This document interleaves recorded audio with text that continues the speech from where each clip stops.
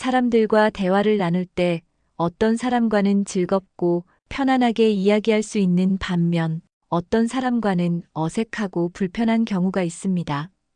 원활한 소통을 잘하는 사람들에게는 공통적인 특징이 있으며 이는 인간관계를 더욱 원활하게 하고 사회생활에서도 중요한 역할을 합니다. 이 채널을 지속적으로 운영하고 더 좋은 콘텐츠를 만들기 위해서는 여러분의 구독과 좋아요가 큰 도움이 됩니다. 관심을 표현해 주시면 더 유익한 영상으로 보답하겠습니다. 오늘은 누구나 쉽게 실천할 수 있는 대화의 핵심 요소와 실전 팁을 정리해 보겠습니다. 영상을 끝까지 보시면 자연스럽게 좋은 대화를 이끌어가는 방법을 배울 수 있습니다. 대화에서 가장 중요한 요소는 단순한 듣기가 아니라 경청하는 태도입니다. 많은 사람들이 상대방의 말을 듣고 있다고 생각하지만 실제로는 자신의 생각을 정리하거나 다음에 할 말을 고민하느라 온전히 집중하지 못하는 경우가 많습니다. 하지만 대화를 잘하는 사람들은 상대방의 말을 진정으로 경청하며 이를 통해 원활한 소통을 이끌어냅니다. 먼저 적극적인 경청은 상대방의 말에 집중하는 태도에서 시작됩니다. 상대방이 이야기하는 동안 주의가 다른 곳으로 분산되면 그 사람은 자신이 존중받지 못한다고 느낄 수 있습니다. 따라서 휴대폰을 만지거나 다른 곳을 바라보는 등의 행동을 지양하고 상대방에게 온전히 집중하는 것이 중요합니다. 이를 위해 대화할 때는 눈을 맞추고 상대방의 표정과 몸짓을 관찰하며 이야기에 몰입하는 자세가 필요합니다. 단순히 듣고 있는 것이 아니라 상대방이 말하는 내용에 관심을 갖고 있음을 보여주는 것이 핵심입니다. 경청의 또 다른 중요한 요소는 말하는 도중 끼어들지 않는 것입니다. 종종 우리는 상대방의 이야기가 끝나기도 전에 자신의 생각을 말하고 싶어지거나 상대방이 한 말을 보충하거나 정정하고 싶은 충동을 느낍니다. 그러나 이렇게 대화를 가로막게 되면 상대방은 충분히 자신의 생각을 표현하지 못하고 대화의 흐름이 깨질 수 있습니다. 진정으로 대화를 잘하는 사람들은 상대방의 말을 끝까지 듣고 이야기의 맥락을 이해한 후에 반응을 보입니다. 대화를 이어가는 과정에서 중요한 것은 내가 하고 싶은 말이 아니라 상대방이 전달하고 싶은 이야기라는 점을 기억해야 합니다. 또한 적극적인 경청은 단순히 침묵하는 것이 아니라 적절한 반응을 보이는 것을 포함합니다. 가만히 듣기만 하는 것이 아니라 고개를 끄덕이거나 그렇군요, 맞아요 등의 짧은 피드백을 통해 상대방에게 관심을 표현하는 것이 중요합니다. 이러한 반응은 상대방이 자신의 이야기가 잘 전달되고 있다고 느끼게 하며 더욱 편안한 분위기에서 대화를 이어갈 수 있도록 돕습니다. 특히 상대방이 감정적으로 중요한 이야기를 할 때 공감의 표시로 맞장구를 치거나 감정을 함께 나누는 태도를 보이면 더욱 효과적인 소통이 가능합니다. 뿐만 아니라 상대방이 한 말을 요약하거나 질문을 던지는 것도 대화의 깊이를 더하는 방법입니다. 상대방이 긴 이야기를 했을 때 그 내용을 간략하게 정리해 주는 것은 경청하고 있음을 보여주는 좋은 방법입니다. 예를 들어, 그러니까 그 프로젝트를 준비하는 과정에서 예기치 않은 문제가 발생했군요. 라고 요약하면 상대방은 자신의 이야기가 정확히 전달되었음을 확인할 수 있습니다. 또한, 그때 어떤 기분이었어요? 혹은 어떤 점이 가장 어려웠나요? 와 같은 질문을 던지면 상대방이 자신의 생각을 더 깊이 공유할 수 있도록 유도할 수 있습니다.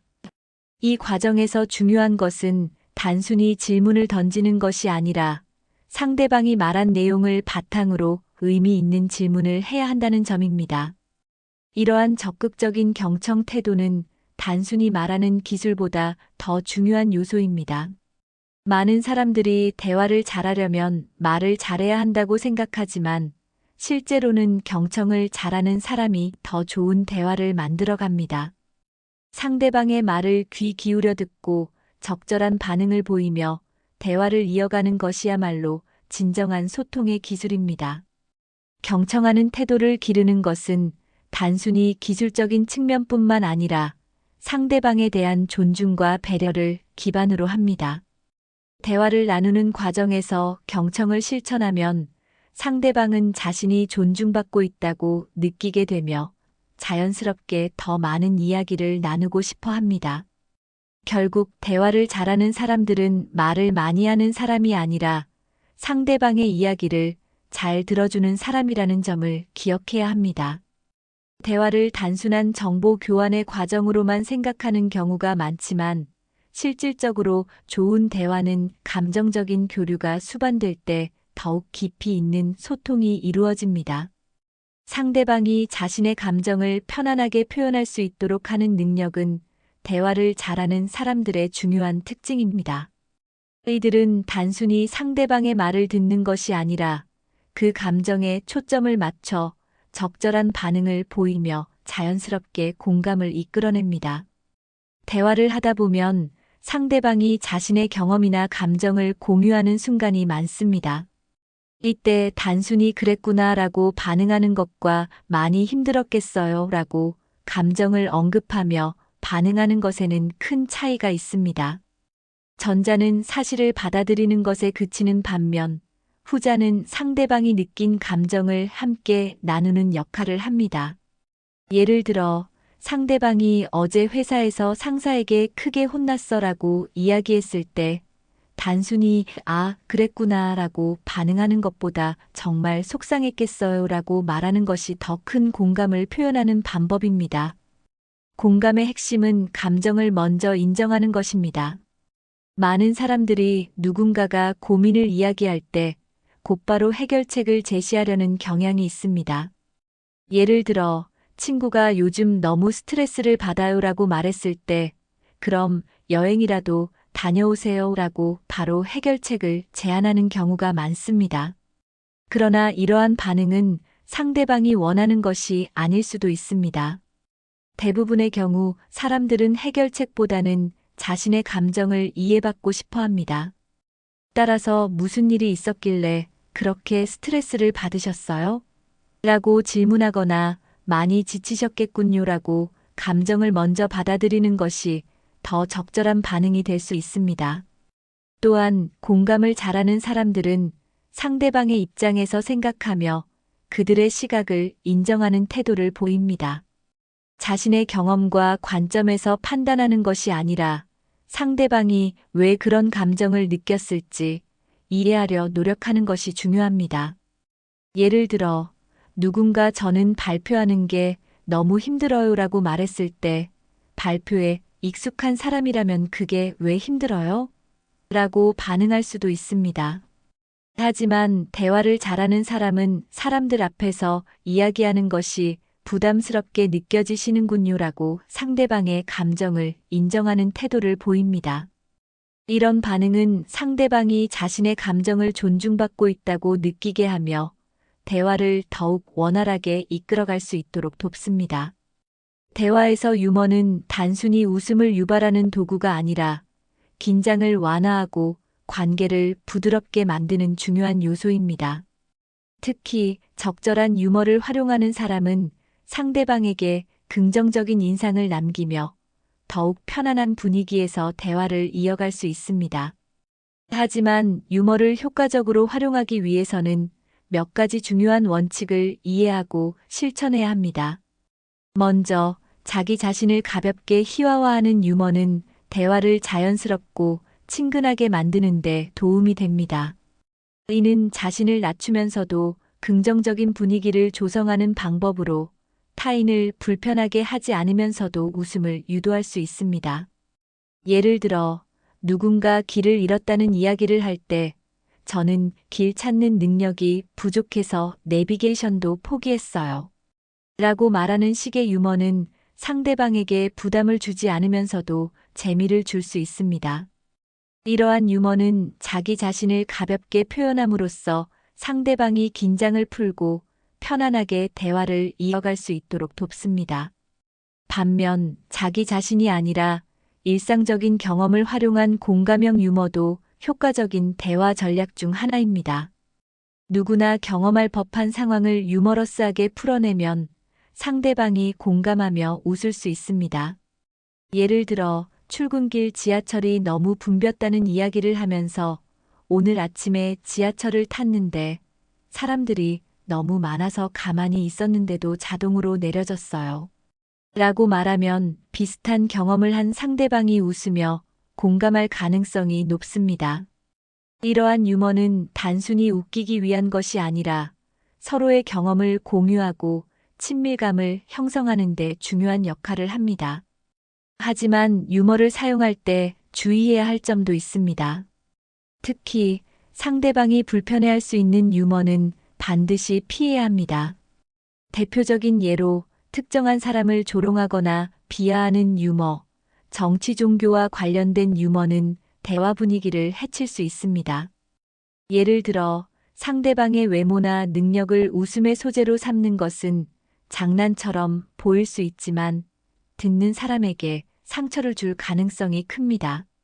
또한 정치나 종교에 관한 농담은 개인의 신념과 가치관을 건드릴 수 있기 때문에 가벼운 자리에서도 신중할 필요가 있습니다. 유머를 적절하게 활용하는 사람들은 상대방이 편안하게 웃을 수 있는 수준을 유지하면서도 대화의 흐름을 자연스럽게 이어갑니다. 유머가 너무 과하면 가벼워 보일 수 있고 반대로 전혀 없는 대화는 다소 딱딱하게 느껴질 수 있습니다. 따라서 적절한 균형을 맞추는 것이 중요합니다. 또한 유머를 사용할 때 중요한 것은 타이밍입니다. 같은 유머라도 적절한 순간에 사용하면 효과가 크지만 부적절한 타이밍에 사용하면 오히려 어색한 분위기를 만들 수 있습니다. 예를 들어 상대방이 심각한 고민을 이야기하는 중간에 가벼운 농담을 던지면 진지함이 흐트러질 수 있습니다. 반면 긴장된 상황에서 분위기를 풀어줄 필요가 있을 때 유머를 사용하면 대화가 훨씬 부드러워질 수 있습니다. 결국 유머는 대화를 즐겁게 만들고 상대방과의 관계를 긍정적으로 형성하는 중요한 도구입니다. 하지만 그만큼 신중하게 사용해야 하며 상대방이 편안하게 받아들일 수 있는 선을 유지하는 것이 중요합니다. 자기 자신을 가볍게 희화화하거나 공감할 수 있는 일상적 경험을 활용하는 방식으로 자연스럽게 웃음을 유도하는 것이 가장 효과적입니다. 이를 통해 유머 감각이 뛰어난 사람들은 대화를 더욱 매끄럽게 이어가며 상대방과의 관계를 더욱 돈독하게 만들 수 있습니다. 대화를 나눌 때 같은 내용이라도 어떻게 표현하느냐에 따라 상대방이 느끼는 감정은 크게 달라질 수 있습니다. 같은 뜻을 전달하더라도 말투가 부드럽고 긍정적이면 상대방이 더 편안하게 받아들이며 대화의 흐름이 원활해집니다. 대화를 잘하는 사람들은 이러한 점을 잘 이해하고 있으며 상대방이 부담을 느끼지 않도록 말투를 조절하는 능력을 갖추고 있습니다. 우선 명령형보다는 제한형 화법을 사용하는 것이 중요합니다. 명령형 화법은 상대방에게 강압적으로 들릴 수 있어 반감을 불러일으킬 가능성이 있습니다. 예를 들어, 이렇게 해보세요. 라고 말하는 것보다 이렇게 해보는 건 어떨까요? 라고 표현하면 보다 부드럽고 상대방의 선택을 존중하는 느낌을 줄 수 있습니다.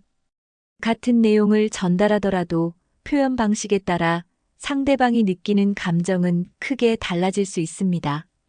제한형 화법은 상대방이 스스로 선택할 수 있는 여지를 남기기 때문에 부담을 줄이고 대화를 보다 유연하게 만드는 역할을 합니다.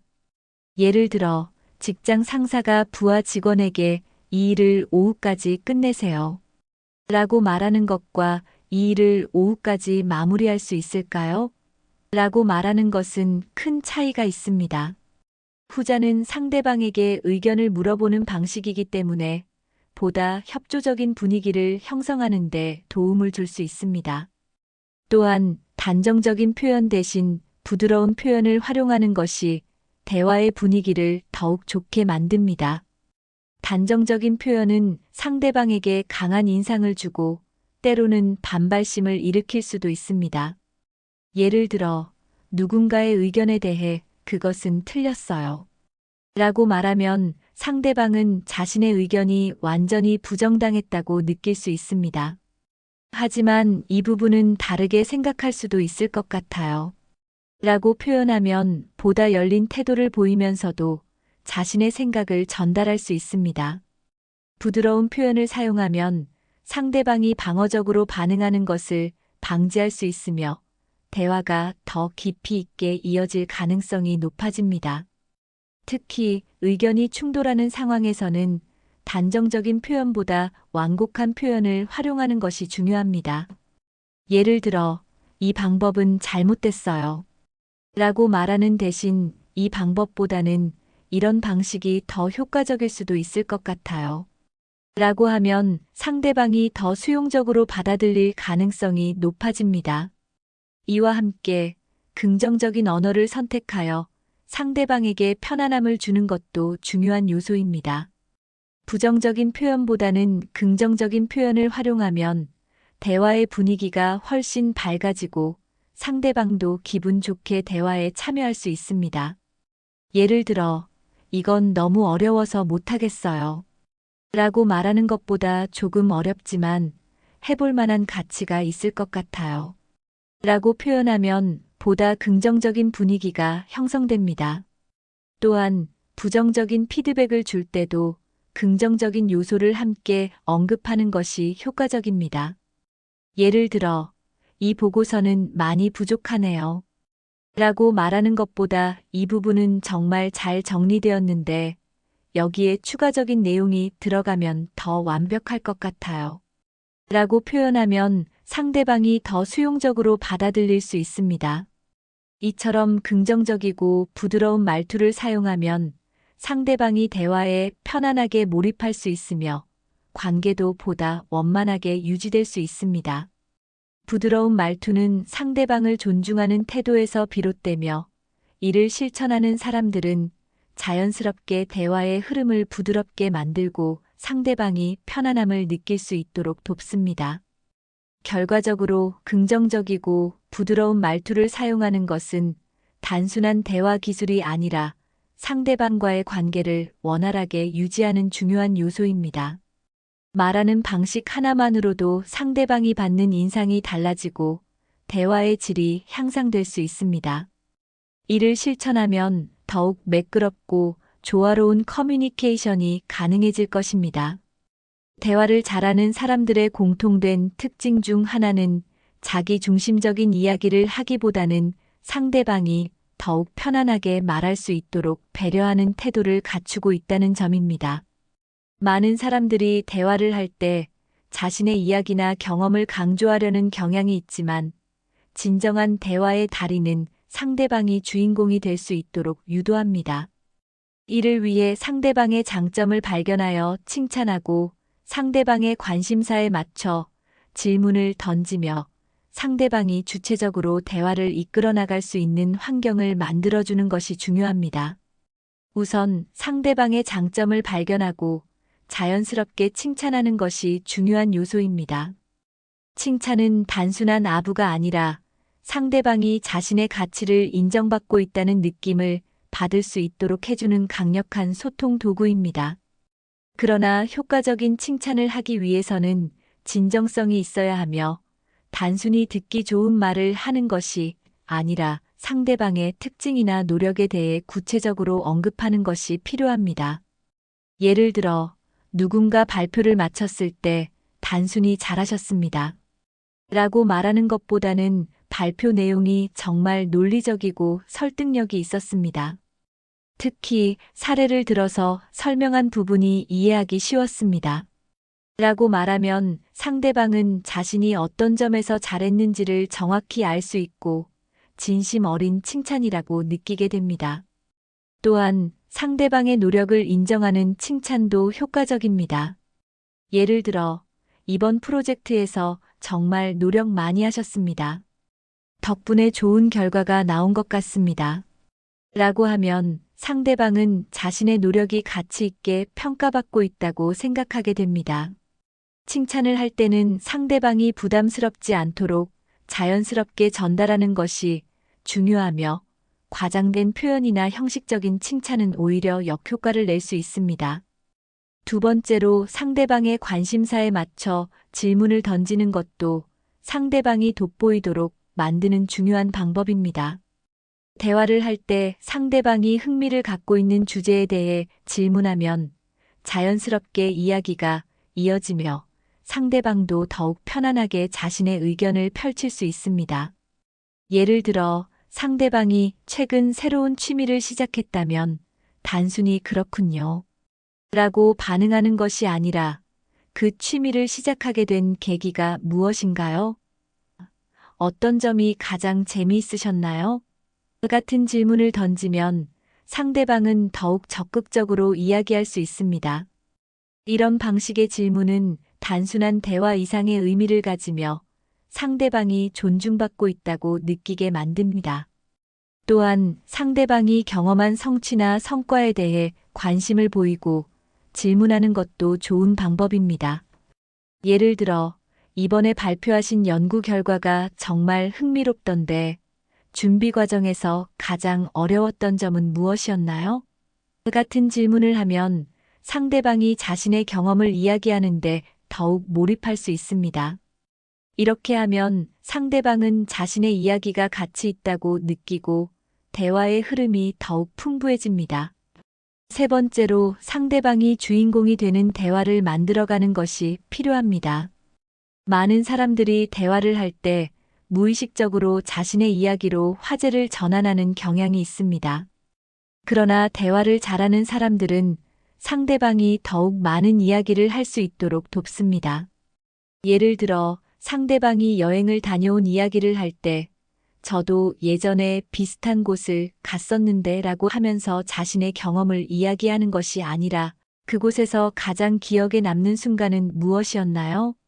처럼 상대방이 더욱 깊이 있는 이야기를 할 수 있도록 유도하는 것이 중요합니다. 대화의 주인공을 상대방으로 만들면 상대방은 더욱 편안함을 느끼고 자연스럽게 신뢰감이 형성됩니다. 상대방이 주인공이 되는 대화를 만들기 위해서는 경청과 적극적인 반응이 필수적입니다. 상대방이 하는 이야기에 관심을 가지고 듣고 있다는 것을 표현하면서 적절한 질문을 던지면 대화가 더욱 풍부해집니다. 또한 상대방이 편안하게 자신의 생각을 이야기할 수 있도록 부드러운 분위기를 조성하는 것도 중요합니다. 결과적으로 대화를 잘하는 사람들은 자신이 중심이 되는 것이 아니라 상대방이 더욱 돋보일 수 있도록 배려하는 태도를 가지고 있습니다. 상대방의 장점을 발견하여 칭찬하고 관심사에 맞춰 질문을 던지며 상대방이 주인공이 되는 대화를 만들어가는 것이 좋은 소통을 위한 핵심 요소입니다. 이러한 태도를 실천하면 상대방과 더욱 깊이 있는 관계를 형성할 수 있으며 대화를 통해 긍정적인 에너지를 전달할 수 있습니다. 끝까지 시청해 주셔서 감사합니다. 오늘 영상이 도움이 되셨다면 일상 속에서 하나씩 실천해 보시길 바랍니다. 여러분의 의견과 경험도 댓글로 남겨주시면 더욱 의미 있는 소통이 될 것 같습니다. 더 유익한 영상으로 찾아뵙겠습니다. 구독과 좋아요는 더 좋은 콘텐츠를 만드는 데 큰 힘이 됩니다. 다음 영상에서 뵙겠습니다.